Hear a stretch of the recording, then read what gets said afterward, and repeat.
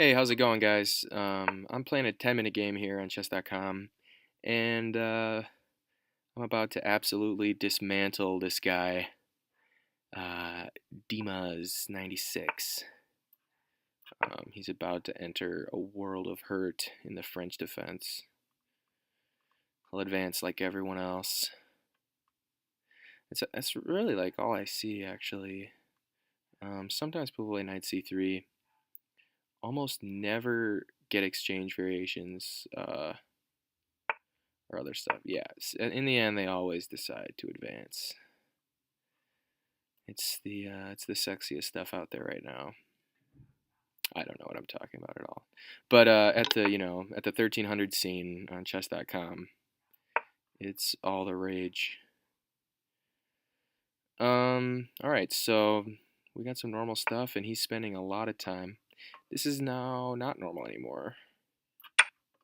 So, since he didn't defend that pawn with c3, and he played this move, I'm just gonna go ahead and start doing stuff.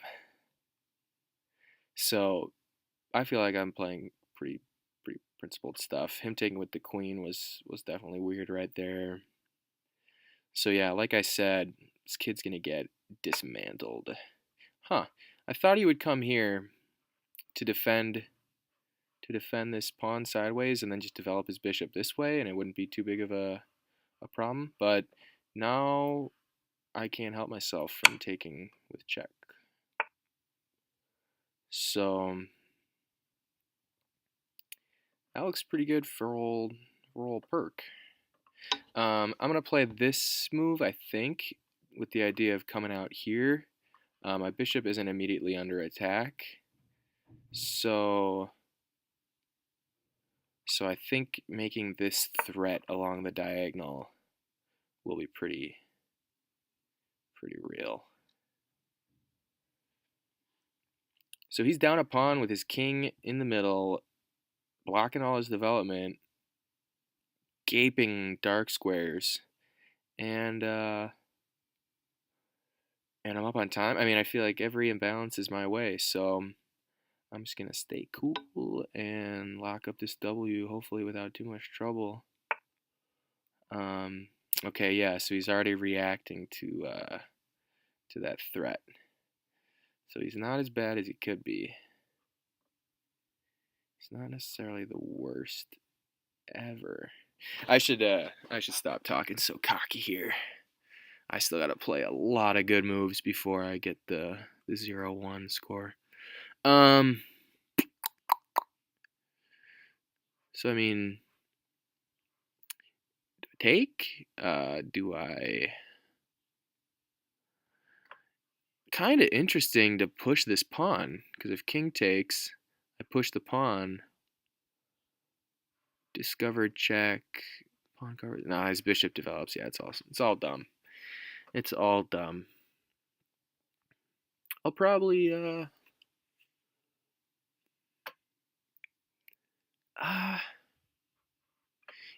this seems like a move that I'm probably gonna make, and I'm yeah, I think this is a lot better actually. So this is a developing move. Instead of just taking, I'm gonna see if he wants to take, and then all of a sudden, hey, look, I got a knight sitting on d5. Or maybe I don't even take the pawn. Maybe I just play that bishop out now, and just about checkmate him, if not actually checkmate, which it could be. I don't think it's quite mating on the spot if he would take this pawn and then but the whole reason he played that pawn is to block this diagonal, so he's not going to capture here now. So yeah, so there's no need for me to capture. I'll let this tension simmer and release at the opportune moment. Another thing I'm just realizing now is the bishop coming to d5, d4 is a thing. This diagonal cannot really be defended, except this square can be defended by the queen and the knight. So, yeah, don't put a piece there yet. But if he does some developing move, or does something, or moves this knight, or any number of things, it could be good to get my bishop here. So, yeah, I'm keeping that in mind. His king side is just absolutely ruined. That light square bishop is going nowhere fast.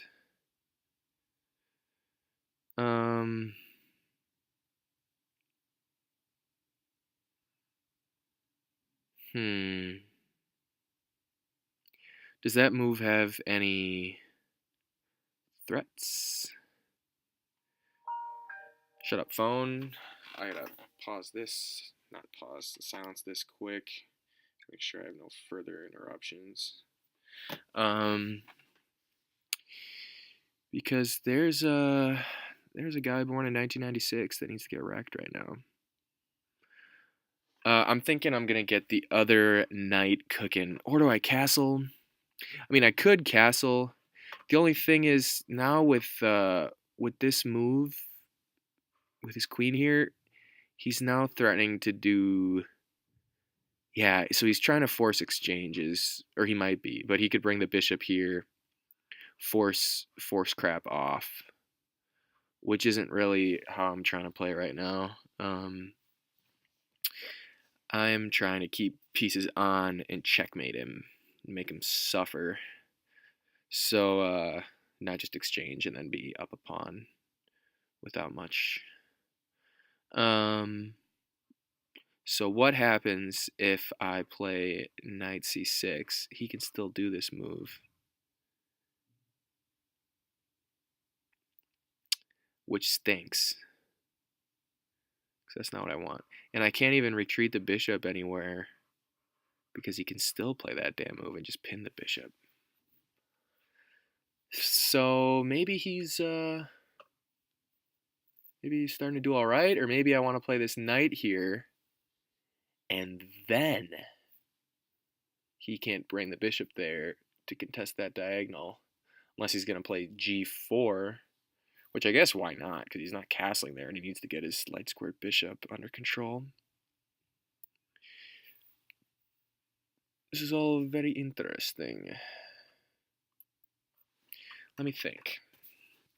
So knight f5 seems like a decent idea, except for the fact that he can just immediately play g4 and try and kick that sucker, and I can't quite put my knight anywhere awesome, and then he just does the bishop e3 thing anyway.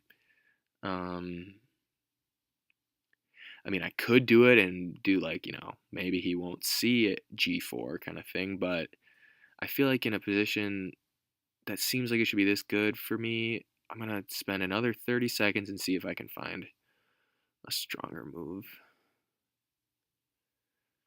More principled move.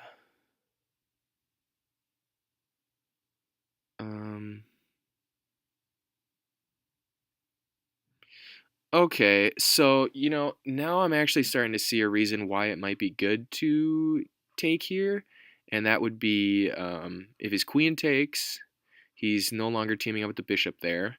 If the pawn takes, now my queen can see to the second rank, which would be a pretty clutch check to have, potentially winning a rook and stuff if he plays this thing. So I'm going to start with this move, and I think that is going to open things up, give me more lines to attack his king, and prevent his trading off move here. Because if pawn takes, I've got these guys coming in, threatening to win material, dominate the second that his king's on. So, and yeah, obviously he's got to address this. So, ooh, yeah, that's not gonna work, man. I can just do this, bro.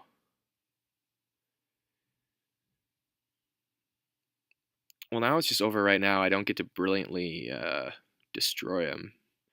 He just blundered real hard, real quick. So, I mean, I guess I'm gonna pre-move this recap. Okay. Yeah, that's what I thought would happen. I guess he could have gotten two bishops for the queen, But you know, two bishops for the queen. I'd have my queen, my two knights, and two rooks. He's got no development though. He's out in the open to my queen. Pretty brutal. So yeah, I don't think the resign was premature. So yeah, that was only 11 moves. Okay. So let's just quick look at it, I guess. We got a French. Like I said, they always advance. All these kids advance. So I'm very prepared to play c5. And actually, I just kind of played this on a reflex. But yeah, I could have captured here already as well. I like it. I mean, there's a reason the main line is c3. It's having the pawns here is a lot easier to hold on to e5 than if you don't have a pawn there. So once he still does not play c3, yeah, I guess I was just doing this, and if you play c3 now, we're just gonna get the main line thing, and I was still fine. So now that he does that move, now I just can't help myself, and yeah, now he's just getting super wrecked. I like this move. Normally the light squared bishop doesn't do anything in your French, but since he played this so weird, he actually became a very strong threatening piece, threatening like a mating attack basically. If I get in here and he's gonna have to block, I'll be coming in covering the light squares and the dark squares. So he defends that, and then I think I'm glad I played this move and not some of this other junk. I think this was a good solid move. It addresses some of the critical squares and gets me a step closer to castling if I ever need a castle and the game goes longer than 11 moves. And yeah, it just seems pretty solid. And then here, that actually made me think for a while. That seemed like a pretty decent move, just trying to liquidate. Let me just make sure that this is even a real thing before I get all wrapped up in his. So if I would have just castled now he plays bishop here. My queen can't go anywhere sexy, and it's threatened, so I take the bishop. He comes here, yeah, and either my good bishop and his undeveloped bishop are exchanged, or everything's exchanged. So yeah, that's probably a decent move, in his already somewhat dire circumstances. But then here, this put the question to him, and he just got the wrong answer. That's just obviously bad right away for the reasons I showed. But if pawn takes, yeah, obviously right now I can't bring the queen here and get this rook because of the bishop. But in the event that he would do that plan that I was somewhat worried about, so now in this case, now I can just castle or play knight c6 or whatever. And he can't get away with this stuff because of the check. So yeah, so for instance, castles. God, yeah, where does he even want to put his pieces? Yeah, if I just castled, yeah, now he does this. Let's see what this looks like now. Check.